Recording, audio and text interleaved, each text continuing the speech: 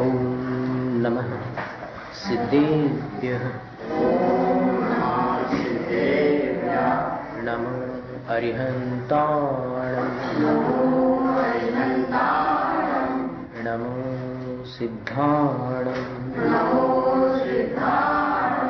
नमो आर्याणं नमो वज्रायाणं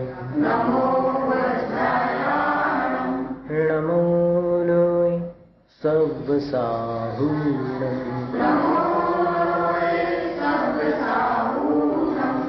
परम पूज्य देवादिदेव तीर्थंकर श्री शांतिनाथ भगवान की जिनवाणी माता की जय, आचार्य गुरु श्री विद्यासागर मुनिराज की जय।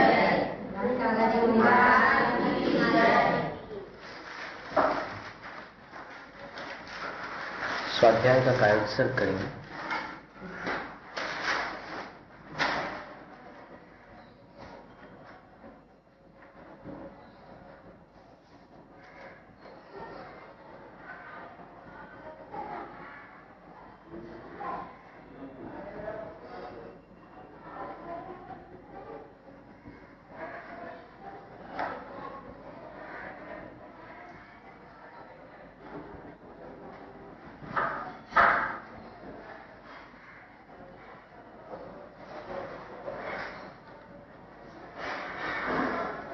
यस्य स्वयं स्वभावाप्ति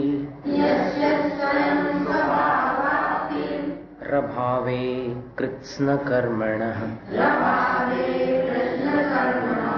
तस्मै संज्ञान रूपाय नमोस्तु परमात्मने। एक और कायोत्सर्ग।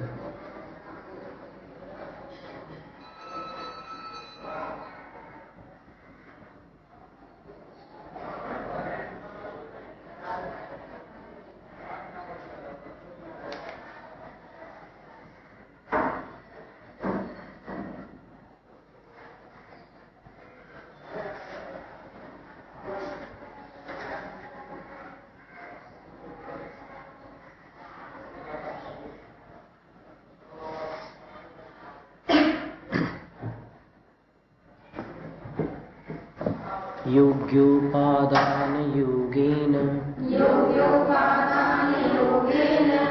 दृषदः स्वर्णतामता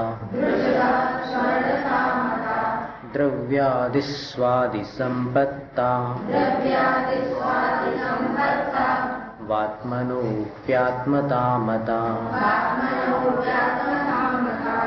वरं व्रतैः पदं दैवं नाव्रतैर्वत नारकम् छाया तपस्थयोर्भेदः प्रतिपालयतोर्महान्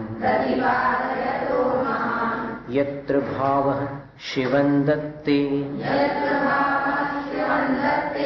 द्यौः कियद्दूरवर्तिनी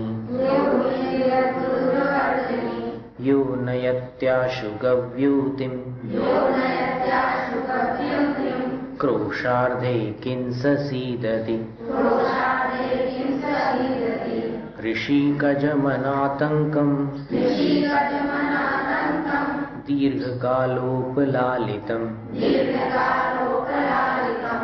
नाके नाकौकसां सौख्यं नाके नाकौकसामिव वासनामात्रमेवैतत् सुखं दुःखं च देहिनां तथा युद्वेजयन्त्येते भोगा रोगा इवापदि मोहेन संवृतं ज्ञानं स्वभावं लभते नहि मत्तः पुमान् पदार्थानां यथा मदनकोद्रवैः वपुर्गृहं धनन्दाराः पुत्रा मित्राणि शत्रवः सर्वधान्यस्वभावानि मूढः स्वानि प्रपद्यते दिग्देशेभ्यः खगा एत्य संवसन्ति नगे नगे स्वस्वकार्यवशाद्यान्ति देशे दिक्षु प्रगे प्रगे विराधकः कथं हन्त्रे जनाय परिकुप्यति त्र्यंगुलं पातयन् पद्भ्याम् स्वयं दंडेन पात्यते।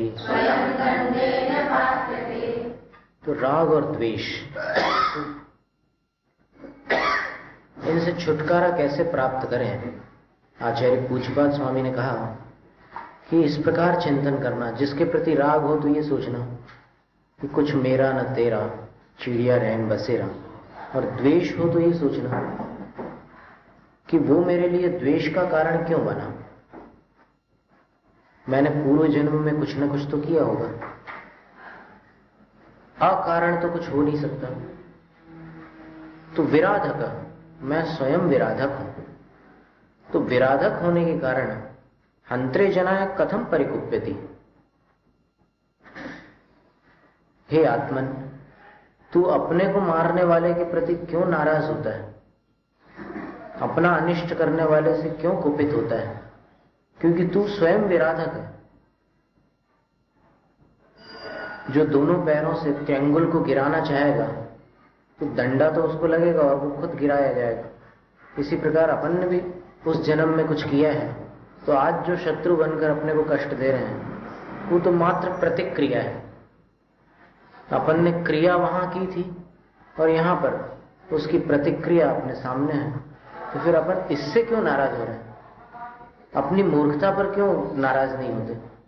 दोनों पैरों से गिराने की क्या आवश्यकता थी उस त्रिअंगुल को?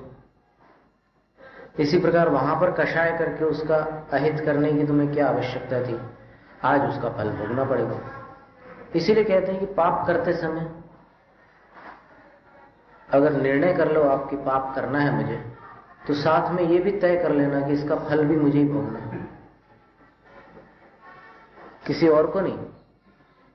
पाप करने का अगर फैसला करते हो तो फिर साथ में ये भी सोच लेना कि इसका फल भी मुझे ही भोगना है, बस। इसके आगे कहते हैं कि राग द्वेष के कारण क्या दशा है जीव की। तो 11वें काव्य में राग द्वेष स्वराघातों पर ध्यान दीजिएगा। अब जैसे 9वें काव्य का जो उच्चारण था उसमें एक स्थान पर थोड़ा सा स्खलन हो रहा है, संवसंती। इसमें पढ़ते समय संवसंती नगे नगे, ये गलत है। संवसंती, ये ती जो है इसको दीर्घ नहीं पढ़ना है, इसको कैसे पढ़ना है? संवसंती नगे नगे। सन, ये सन को लंबा खींच लो, ती को लंबा खींचोगे तो फिर दीर्घ हो जाएगा, तो अशुद्ध उच्चारण होगा। संवसंती नगे नगे, ऐसा इसका उच्चारण करना। एक बार कर लो। दिग्देशेभ्यः खगा एत्य संवसन्ति नगे नगे स्वस्वकार्यवशाद्यान्ति देशे दिक्षु प्रगे प्रगे विराधकः कथं हन्त्रे जनाय परिकुप्यति त्र्यंगुलं पातयन् पद्भ्याम्। इसको त्र्यंगुलम बोलना, त्रयंगुलम नहीं बोलना। त्र्यंगुलं पातयन् पद्भ्याम् स्वयं दंडेन पात्यते। रागद्वेषद्वयी दीर्घ नेत्राकर्षण कर्मणा अज्ञानात् सुचिरञ्जीवः संसाराब्धौ भ्रमत्यसौ रागद्वेषद्वयी दीर्घ नेत्राकर्षणकर्मणा अज्ञानात् सुचिरञ्जीवः संसाराब्धौ भ्रमत्यसौ। अब जो इस प्रकार चिंतन न करके, किस प्रकार कि इस संयोग संबंध सारे रैन बसेरे के समान है पंछियों के, और फिर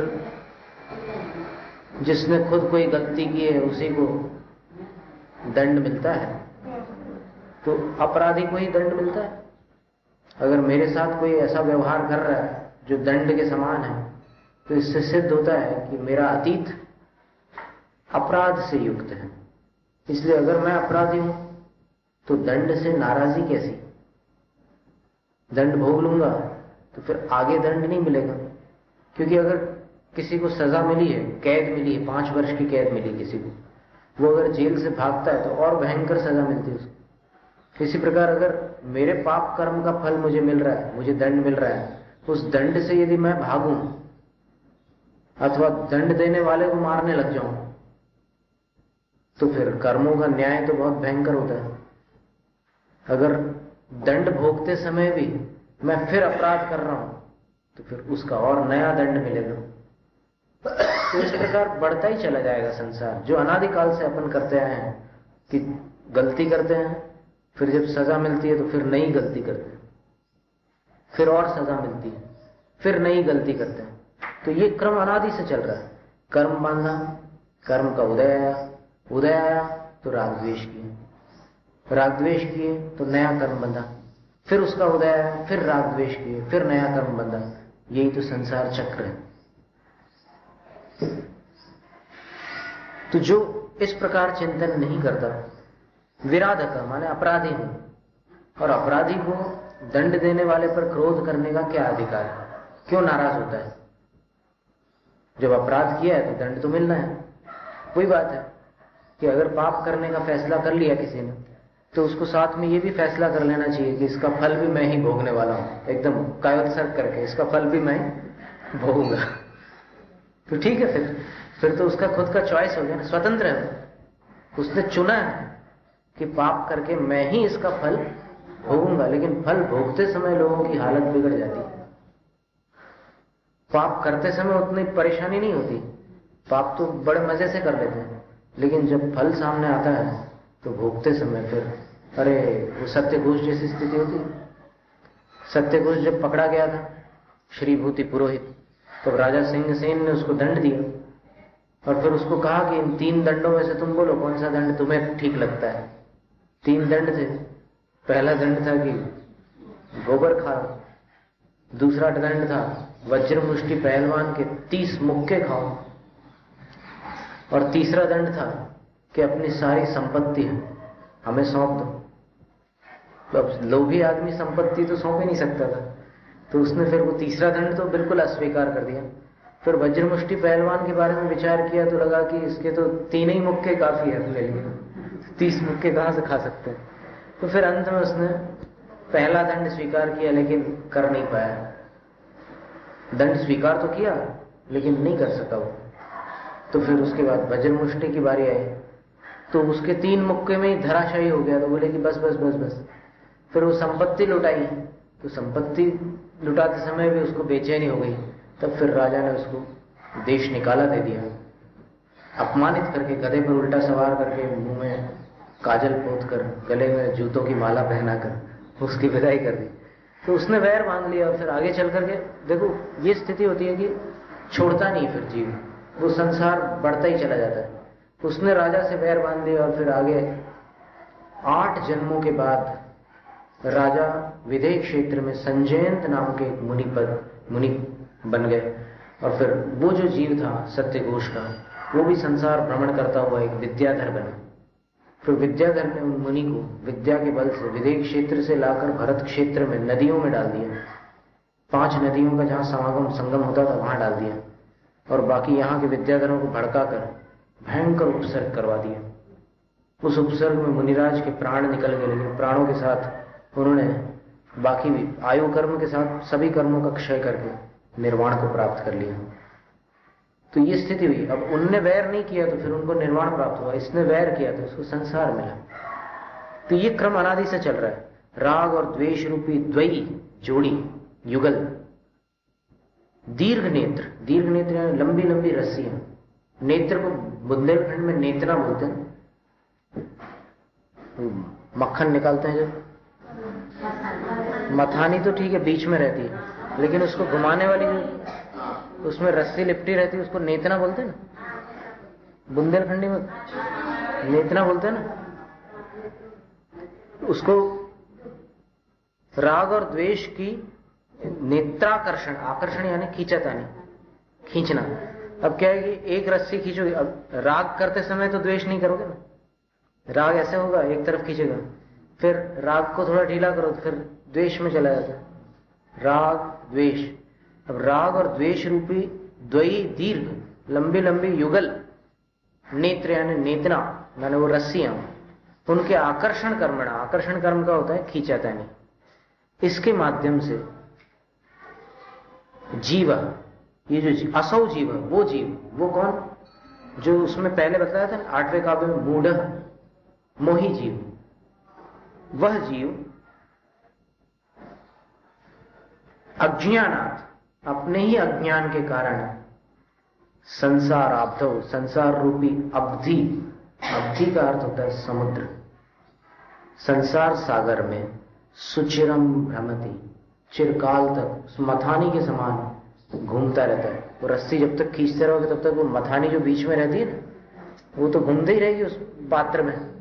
उसी प्रकार संसार सागर में ये जीव राग और द्वेष रूपी लंबी लंबी रस्सियों की खींचातानी से अपने अज्ञान के कारण घूमता रहता है, घूमता रहता है, कोई इसका अंत नहीं। अनादिकाल से अनंत शरीर धारण करके छोड़े, 84 लाख योनियों में भटका, लेकिन अभी तक घूम रहा है, क्योंकि वो राग द्वेष चालू है।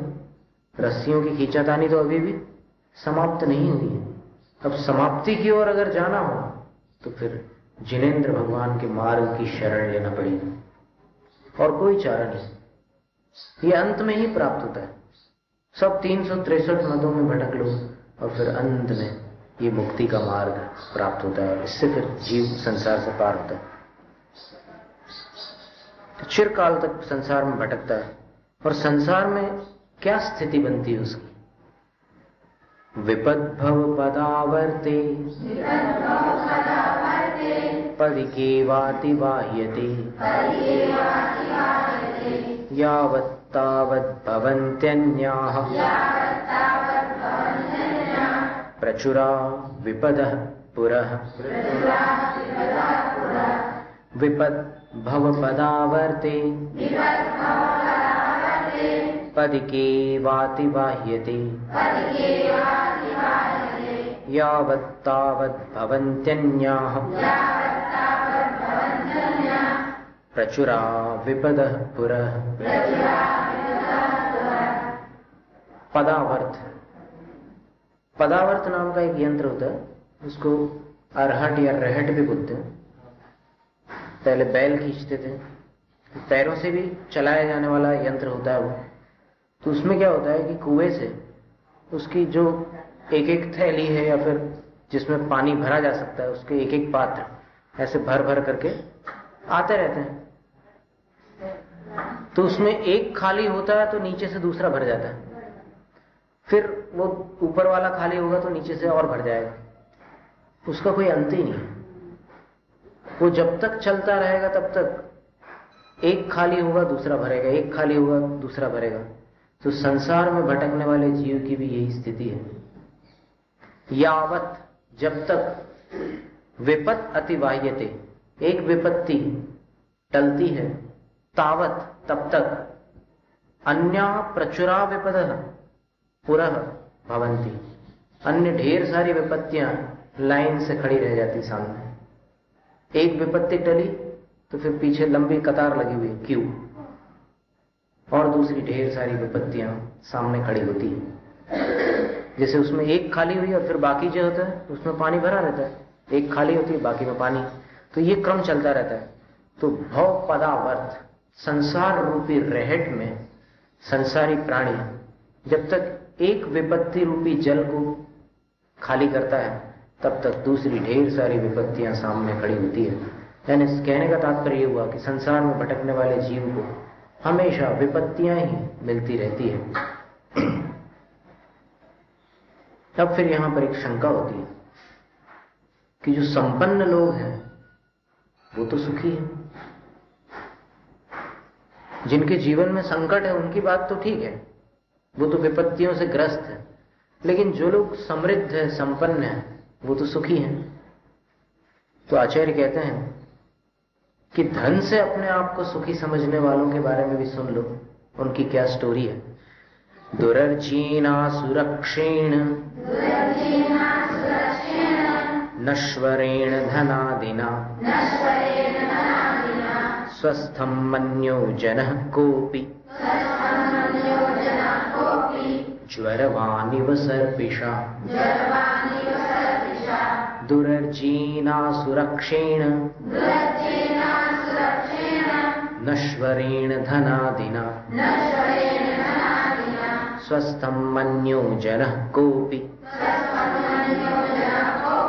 ज्वरवानिव सर्पिषा।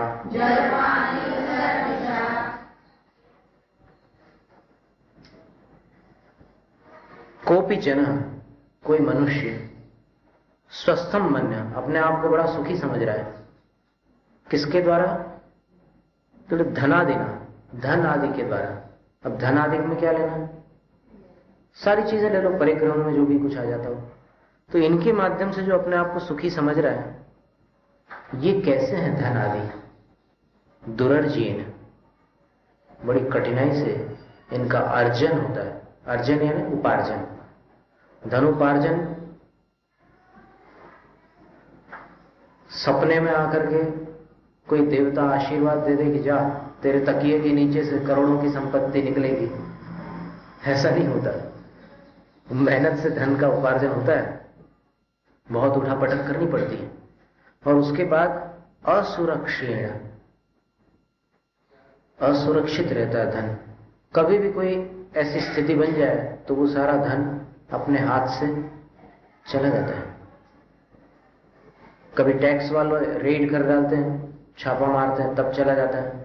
और कभी भूकंप आने पर भी जो आपने घर में कहीं छुपा के रखा है वो सब कहीं से कहीं चला जाता है धरती के अंदर। और भी कभी चोर लुटेरे आदि लेकर के चले जाते हैं कहीं से भी। अब बैंक अगर फेल हो जाए, बैंक अगर ध्वस्त हो जाए, जिस बैंक में आपका धन है, तो क्या होगा? बुरे हाल होते। तो असुरक्षित भी होता है धन। तो धन आदि कैसे होते हैं? कठिनाई से उपार्जन करने योग्य, असुरक्षित और नश्वर। अगर कुछ भी किसी तरह से बच भी जाए तो भी नष्ट होने वाले हैं, हमेशा तो रहने नहीं वाले। और अगर आप सोचो कि हमेशा रह जाए तो आप नहीं रह सकते हमेशा, ये भी एक आफत। तो ऐसे धन आदि द्वारा जो अपने आप को सुखी समझता है, स्वस्थम बनने वाले एकदम सुखी समझ रहा है अपने आप को, वह ज्वरवान जनः एव, उस शीत ज्वर से पीड़ित मनुष्य के समान है। कैसा है वो मनुष्य? सर्पिषा स्वस्थम मन्य, जो घी के सेवन से अपने आप को स्वस्थ समझ रहा है। अब क्या होता है कि शीत ज्वर में घी की प्रकृति शीतल होती है। अगर कोई शीत ज्वर युक्त मनुष्य घी की मालिश करवा ले और फिर घी से बने हुए हलवे आदि पदार्थों का सेवन करे और सोचे कि अब ताकत आ जाएगी, क्योंकि सुना है कि घी खाने से अच्छे हट्टे कट्टे पहलवान बन जाते हैं, तो वो ऐसा बीमार आदमी जिसकी जठराग्नि पूरी मंद पड़ चुकी है, वो अगर समझता है कि इस पदार्थ के सेवन से मैं स्वस्थ हो जाऊंगा, मोटा तगड़ा हो जाऊंगा, तो फिर वो उसकी नादानी है। उस ऊपर वाले काव्य में क्या कहा था? अज्ञानात्, अज्ञान के कारण जीव भटक रहा है। तो ये उसका अज्ञान है जो धन आदि के द्वारा अपने आप को सुखी समझ रहा है, क्योंकि धन आदि में सुख नहीं है, आकुलता है।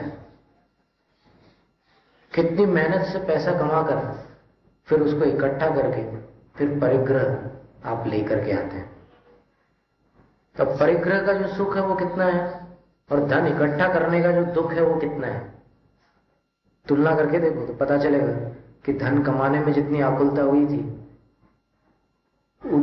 उसकी पूर्ति परिग्रह से होने वाले सुख द्वारा कहां हो पा रही है। परिग्रह से होने वाला जो क्षणिक सुख है वो तो क्षण मात्र के लिए होता है, उसके बाद फिर किसी दूसरे काम में मन भटक जाता है। आधे पौन घंटे के लिए कुछ आप टीवी पर देख रहे हैं, मनोरंजन हो रहा है जैसे, और इसी बीच कुछ और काम आ पड़ता है तो फिर वो छोड़ करके वहां जाना पड़ता है। तो कहां सुख मिला परिग्रह से? कोई भी परिग्रह ले लो आप, बड़े बड़े बंगले हो सकते हैं, गाड़ियां हो सकती है, और भी किसी प्रकार की संपदा हो सकती है, लेकिन उसमें प्राप्त होने वाला जो सुख है वो क्षणिक है, और कमाई में होने वाला जो कष्ट है वो दीर्घकालीन है। तो उससे वो कष्ट से जो थोड़ा सा सुख मिल रहा है उसको अगर आप सुख मानते हो तो आचार्य कहते हैं कि उस बीमार आदमी के समान है तुम्हारी स्थिति, जो घी के पकवान और मिष्टान्न खा करके समझ रहा है कि अब मैं तगड़ा हो जाऊंगा। जठराग्नि है नहीं, कहां से तगड़ा हो जाएगा, पचेगा नहीं, और फिर शरीर कैसे तंदुरुस्त होएगा। इसी प्रकार ये धन आदि जो है ये भी कई बार पचते नहीं है, क्योंकि अधिकांश लोगों में ये देखते हैं कि जब संपदा बढ़ती है तो फिर वह संपत्ति, वह परिग्रह उनके अंदर एक मद पैदा कर देता है। फिर वो देवशास्त्र गुरु की विनय में भी कभी कभी प्रमादी हो जाते हैं, और फिर धन दौलत के अभिमान में कई बार ऐसे पाप कमा लेते हैं कि जिसका परिणाम दुर्गति होता है। तो इसलिए धन आदि से अपने आप को सुखी समझना भ्रम है। अब फिर शंका उत्पन्न होती है कि धन आदि जिनके पास है उन पर कहां संकट है? पैसे से तो हर संकट टल जाता है, जेल भी टल जाती है।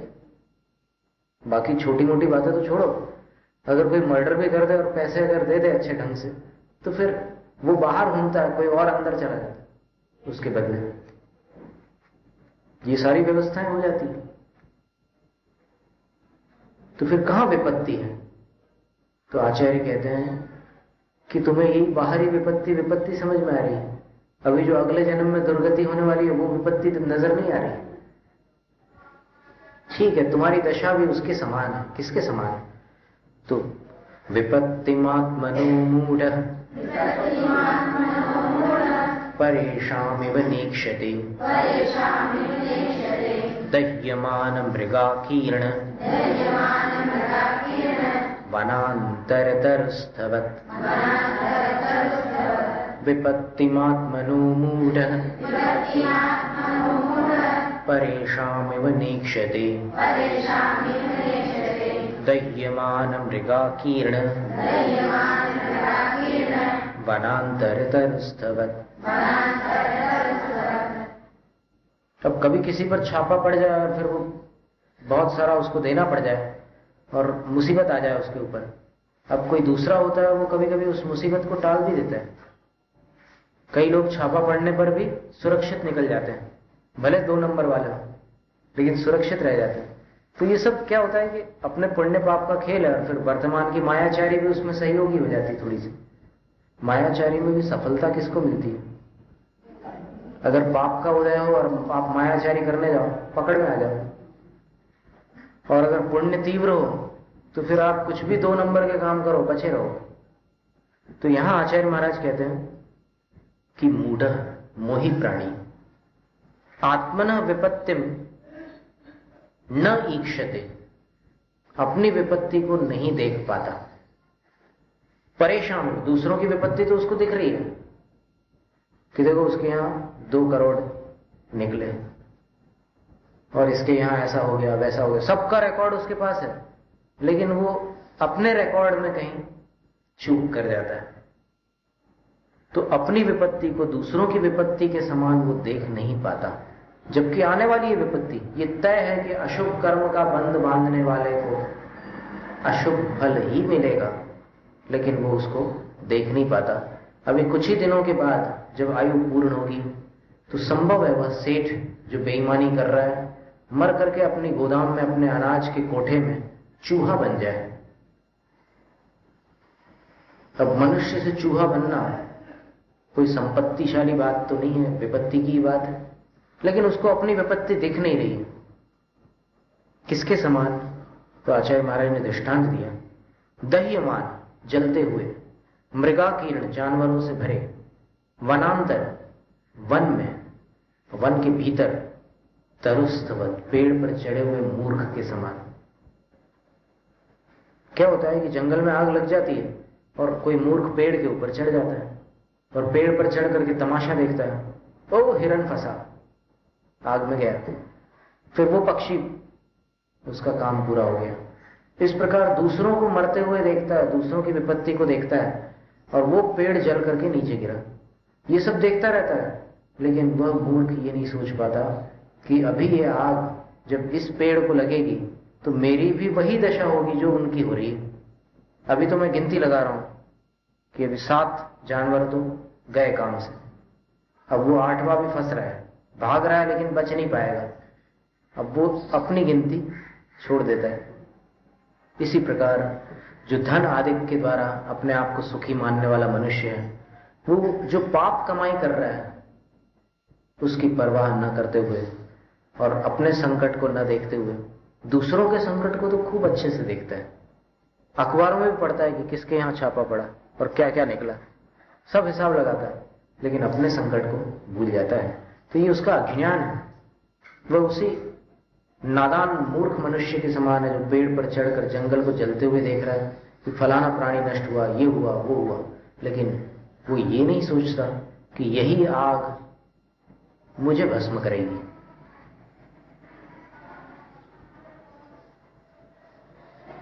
और धन मनुष्य को अंधा बना देता है। ये स्थिति रहती है। देखो, जो धर्म से नहीं जुड़े, केवल धन में ही फंसे हुए हैं, तो वो धन उनको अंधा बना देता है। आयुर्वृद्धि क्षयोत्कर्ष हेतुं कालस्य निर्गमम् वाञ्छतां धनिनामिष्टम् जीवितात् सुतरां धनम्। आयुर्वृद्धि क्षयोत्कर्ष हेतुं कालस्य निर्गमम् वाञ्छतां धनिनामिष्टम् जीवितात् सुतरां धनम्। कालस्य निर्गमम् वाञ्छतां धनिनाम्। धनी लोग चाहते हैं कि समय जल्दी निकले ताकि ब्याज बढ़े और मुझे मुनाफा हो, क्योंकि टाइम निकलेगा तभी तो पैसा बढ़ेगा। तो ऐसे जो धनी लोग हैं जो कालस्य निर्गमम वांछता,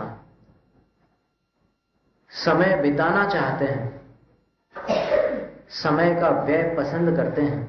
कैसा है वो समय का व्यय? तो बोले आयुर्वृद्धि क्षयोत्कर्ष हेतु। समय बीतता है तो 2 काम होते हैं। क्या? आयु का क्षय होता है और वृद्धि का उत्कर्ष होता है। मैंने ब्याज बढ़ता है समय निकलने पर, और समय निकलने पर एक और काम होता है, वो क्या है? आयु नष्ट होती है।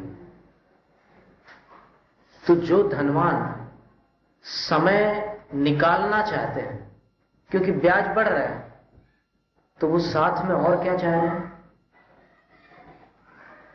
परोक्ष रूप से, प्रकट रूप से नहीं, क्योंकि समय का निकलना 2 बातों में कारण है। एक तो ब्याज बढ़ेगा समय निकलने पर, और दूसरा कार्य क्या होगा? आयु नष्ट होगी। तो फिर उन धनियों को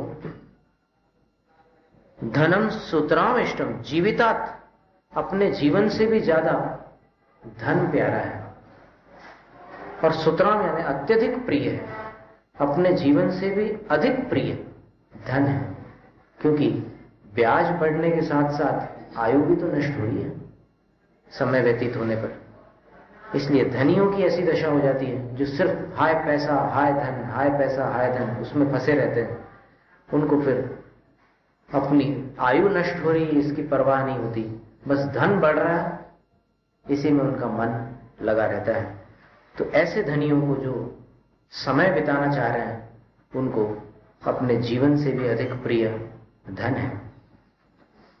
अब यहां पर कोई शिष्य प्रश्न करता है कि ठीक है, जो पैसे में ही डूबे हुए हैं वो तो इस प्रकार भूल कर रहे हैं, लेकिन जो लोग धन कमाकर दान और पुण्य में लगाते हैं, परोपकार करते हैं, मंदिर निर्माण आदि करते हैं और भी अच्छे अच्छे कार्य करते हैं, तो उनका धन कमाना क्या बुरा है? यानी प्रश्न ये हुआ कि अगर कोई पुण्य करने के लिए धन कमाए तो क्या खराबी है? ये प्रश्न है। अब इसका उत्तर अपन आगे देखेंगे।